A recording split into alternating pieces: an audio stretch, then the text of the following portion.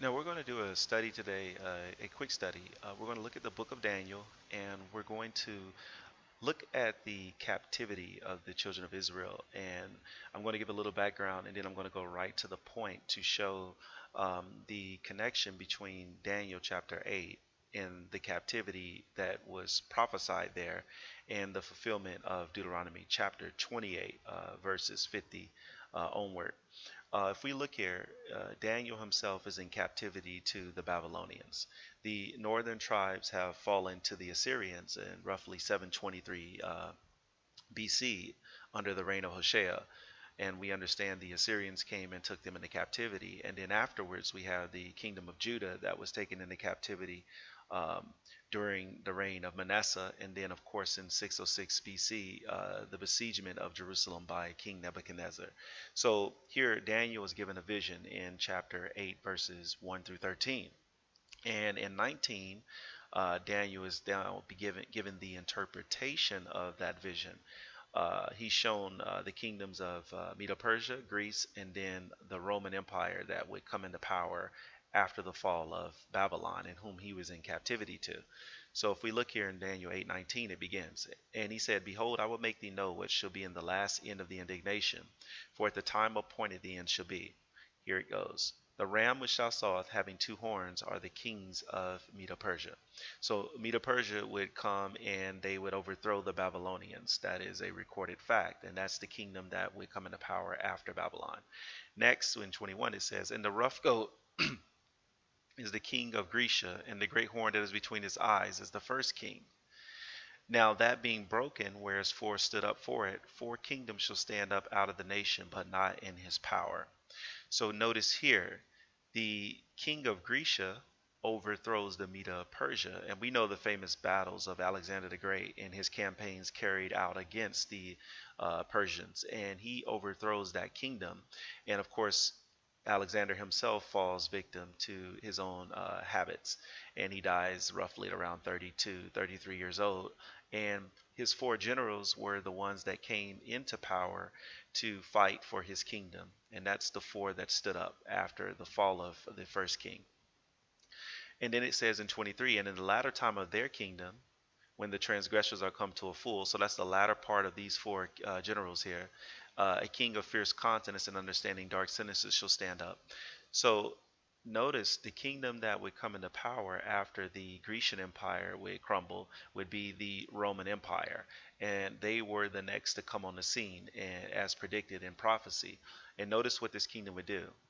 By the way, it says a king of fierce continents, or a kingdom of fierce continents.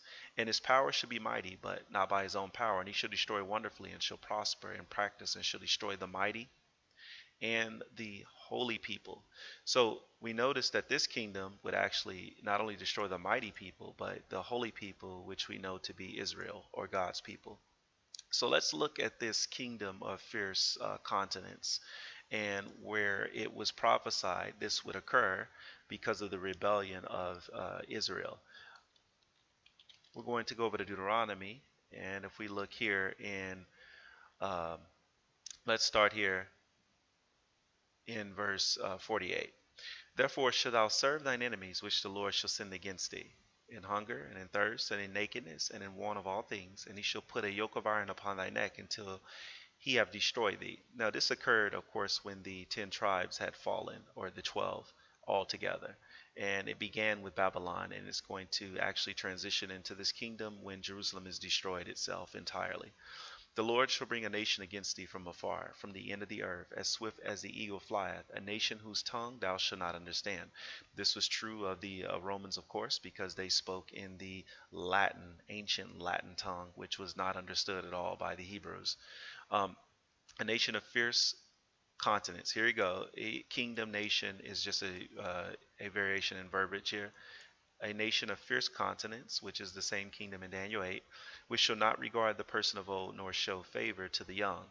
And he shall eat the fruit of thy cattle and the fruit of thy land until thou be destroyed, which also shall not leave thee either corn, wine, or oil, or the increase of thy kine, or flocks of thy sheep, until he have destroyed thee." Here it goes.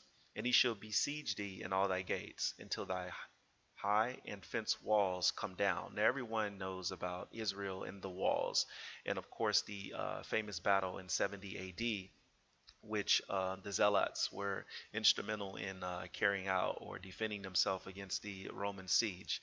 And this is recorded clearly in the book of Maccabees by the historian Josephus. He was an eyewitness of these events, which is actually the books contained in the original King James Bible.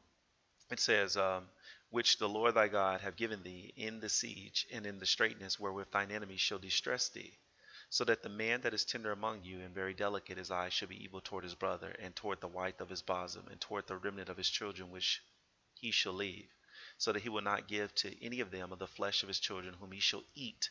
Now, this is one of the most horrific events that has ever been recorded in history. And of course, cannibalism was witnessed by Josephus and the as a historian while he was eyewitness of the events that were transpiring during the campaigns against Jerusalem. Now, Jesus had prophesied this same event that would occur, and we're going to read that